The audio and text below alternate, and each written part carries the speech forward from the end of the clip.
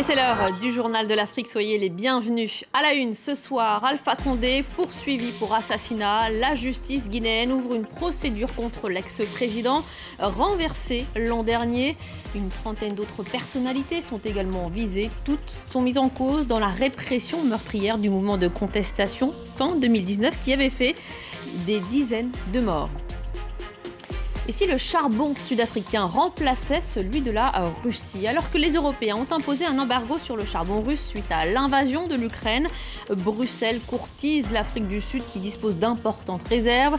Le pays s'est pourtant engagé à réduire sa production de charbon, une ressource fortement polluante. Et il sera justement question de réchauffement climatique et de transition écologique dans le journal de l'Afrique. La conférence sur la désertification et la sécheresse s'ouvre lundi en Côte d'Ivoire. Jean-Luc Assy, ministre ivoirien de l'Environnement et du Développement durable, est mon invité.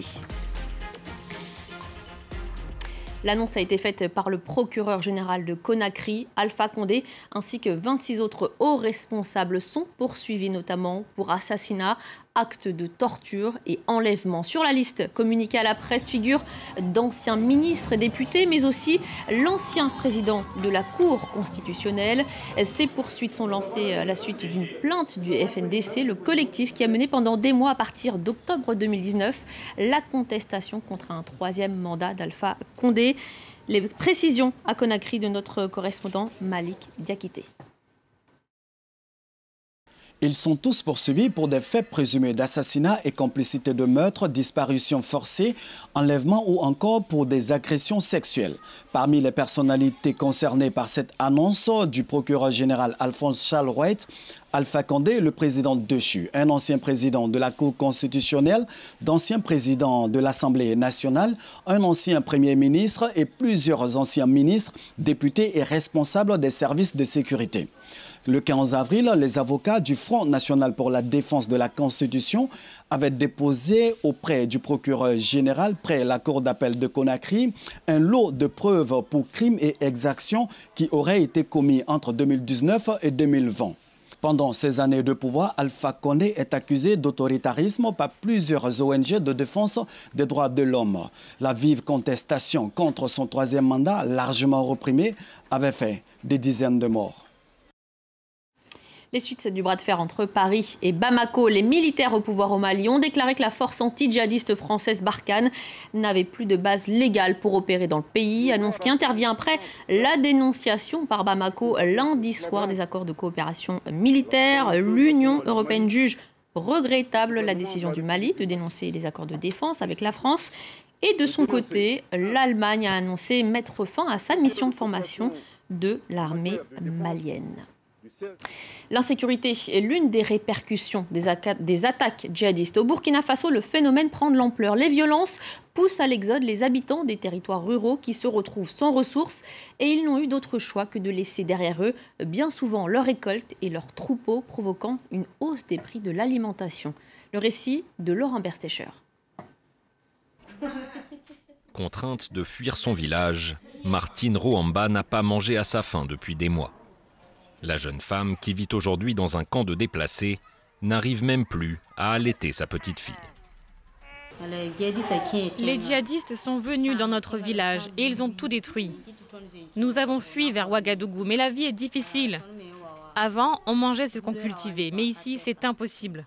Il faut tout acheter et les prix augmentent. Le cas de Martine est loin d'être isolé. Les violences djihadistes ont poussé près de 2 millions de Burkinabés à fuir les campagnes pour les villes, laissant derrière eux leurs récoltes et leur bétail. L'exode rural a également provoqué une flambée des prix qui ont presque doublé en un an. Les organisations humanitaires tirent désormais la sonnette d'alarme. Si rien n'est fait pour endiguer les violences, près de 630 000 personnes pourraient être menacées par la famine. Au niveau sécuritaire, cette situation aussi est en train de se dégrader de plus en plus. On a de plus en plus de formations sanitaires qui se ferment. Les populations ont de plus en plus besoin d'être aidées. Nous avons plus de 2,5 millions de personnes qui ont besoin d'une assistance alimentaire. La situation pourrait encore empirer pour les programmes d'aide qui manquent déjà cruellement de fonds.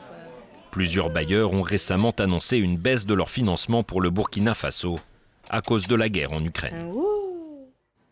Et la guerre en Ukraine est justement une opportunité pour les producteurs de charbon sud-africains. Certains ne traitaient qu'avec l'Europe il y a 10 ans, avant que la Russie ne s'impose. Pretoria envisage de récupérer ses parts de marché, d'autant que les stocks ne manquent pas. Voyez ce reportage de nos correspondants Caroline Dumais, Stéphane Carstens et Nadine Théron. Dans le quartier d'affaires de Sandton, à Johannesburg, la guerre en Ukraine ne fait pas que des malheureux. Cet homme d'affaires vendait son charbon aux pays asiatiques. Il est aujourd'hui très courtisé par les sociétés européennes. Les gros fournisseurs qui peuvent remplacer le charbon russe, c'est l'Afrique du Sud et la Colombie. Nous avons eu énormément de demandes de la part des Européens et on a commencé à leur envoyer notre charbon. On a tout ce qu'il faut ici en fait. On a de la main-d'œuvre qualifiée, des infrastructures, on sait travailler dans une mine. La seule chose, c'est de pouvoir évacuer la marchandise vers les ports maritimes. Sa société dispose de plus d'1 million de tonnes de stock d'anthracite industriel. Son plus gros problème est aujourd'hui d'acheminer cette marchandise. Les voies ferrées sud-africaines sont endommagées. Il faut des camions pour arriver jusqu'au port afin de pouvoir envoyer le charbon par bateau. Cela coûte beaucoup plus cher que prévu, mais qu'importe car les prix ont explosé. Avec la crise, ils sont passés de 100 à plus de 300 € la tonne de charbon. Pour cet analyste, c'est parce que les profits sont énormes que les exportations explosent. Year on year, si on regarde l'an dernier, à la même époque, on a une augmentation de 900% des exportations vers l'Europe.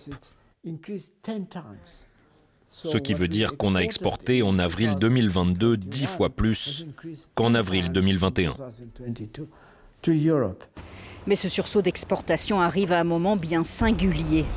Le gouvernement sud-africain a promis de réduire sa production de charbon.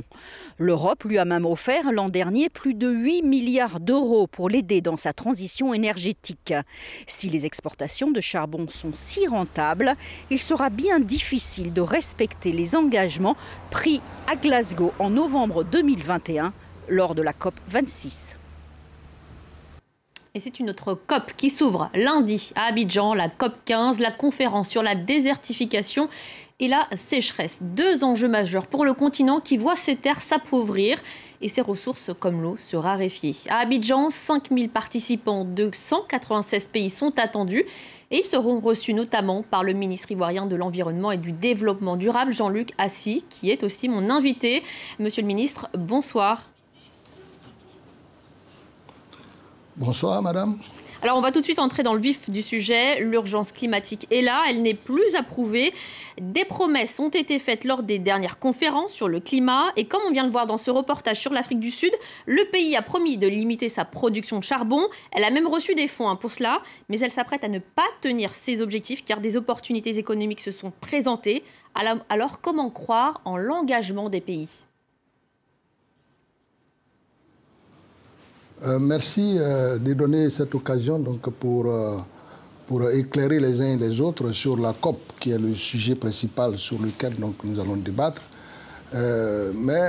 Comme vous parlez du climat, effectivement, à la COP, à l'accord de Paris, il y a eu des engagements qui ont été pris. Et évidemment, au niveau donc, de la COP à Glasgow, ces engagements ont été renforcés. Mais il faut dire que tous ces engagements ont été contenus donc, dans des documents sous forme donc, de mesures et ces mesures ont été donc, appropriées par les différents pays. Au niveau de la Côte d'Ivoire, il y a un certain nombre de mesures donc, qui sont contenues dans les contributions déterminées au niveau national qui doivent permettre logiquement donc, de réduire donc, les effets des gaz à effet de serre. Les ambitions, donc l'ambition de la Côte d'Ivoire a été portée donc à 30,4% de réduction donc des gaz à effet de serre. C'est vrai que les pays ont pris des engagements, mais il faut noter avec beaucoup de regrets que les pays donc, n'ont pas tenu leurs engagements. Et c'est ce qui a été dit donc, à la conférence des partis à Glasgow. Monsieur le ministre, la désertification dont il va être question à Abidjan lundi, c'est surtout cette désertification, l'épuisement des terres cultivables sous l'effet de l'activité humaine et des changements climatiques. Ça touche 45% des terres sur le continent. Et votre pays, la Côte d'Ivoire, est aussi concerné car le secteur de l'agriculture représente près du quart du PIB. Quelles sont les mesures à prendre sans attendre pour lutter contre cette dégradation des terres sur le continent ? Ce qu'il faut noter, c'est que le gouvernement ivoirien donc, a pris des mesures pour, dans le cadre donc, de la résolution de la dégradation donc, des terres. Dès son arrivée au pouvoir, donc, le président Alassane Ouattara a donné donc, des instructions fermes au gouvernement pour réaliser un diagnostic exhaustif donc, de la situation et pour inverser bien sûr la tendance. Atténuer donc les conséquences désastreuses pour l'économie ivoirienne et pour les populations, sans oublier la conservation de la biodiversité et des services écosystémiques. Alors, une série d'actions ont été prises, à savoir donc, prendre fermement donc, position en faveur du concept cacao zéro déforestation, et par une implication active d'une initiative partenariat public-privé, qui a permis donc de financer donc, le programme Initiative Cacao Forêt. Il y a un certain nombre de mesures, notamment donc, la facilitation de la mise en œuvre de la nouvelle politique forestière, qui s'appuie sur un nouveau code forestier, et de prôner aussi la gestion durable des terres. Donc voilà un certain nombre de mesures donc, qui ont été prises pour atténuer donc, la perte de fertilité la perte de fertilité des terres ivoiriennes. Et est-ce que ces mesures s'inscrivent dans le Abidjan Legacy Programme, ce programme de restauration des terres que vous allez présenter justement lors de la COP15 ? Ah oui, bien sûr. Vous savez, le Legacy Programme est un programme donc, qui va être porté par le chef de l'État et qui va adresser donc, toutes les questions donc, liées donc, à l'environnement, notamment donc, la foresterie, aussi tout ce qui est donc,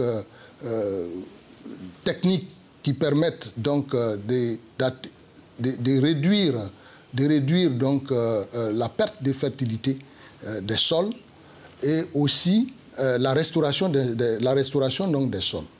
Et donc, c'est vrai que nous avons une pluviométrie donc, en Côte d'Ivoire qui est très dense, mais il faut dire qu'avec la déforestation avancée, nous sommes confrontés donc, à une dégradation excessive donc, de nos terres, et ce qui a un impact véritable sur la production agricole. Jean-Luc Assis, ministre ivoirien de l'Environnement et du Développement durable, qui va notamment accueillir cette COP15 à Abidjan. Voilà, c'est la fin du Journal de l'Afrique. Je vous retrouve dans moins d'une heure pour une nouvelle édition. À tout à l'heure.